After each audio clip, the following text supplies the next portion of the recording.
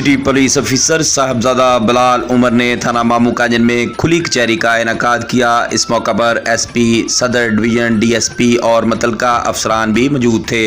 नुमाइंदा न्यूज़ होम मलिक खुर्रम शहजाद की रिपोर्ट के मुताबिक city police officer Sahibzada Bilal Umar ने खुली कचहरी में साइलिन की दरखास्तों और शिकायत को बगौर सुना और मौका पर ही मुतलका अफसरान को अहकामात जारी किए।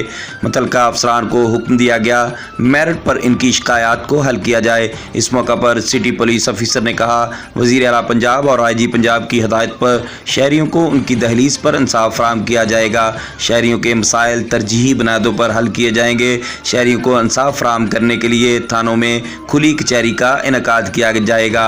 आखिर में सिटी पुलिस ऑफिसर ने कहा, शहरियों के जान माल का तहफ़्फ़ुज़ और इंसाफ की फराहमी अव्वलीन तरजीह है।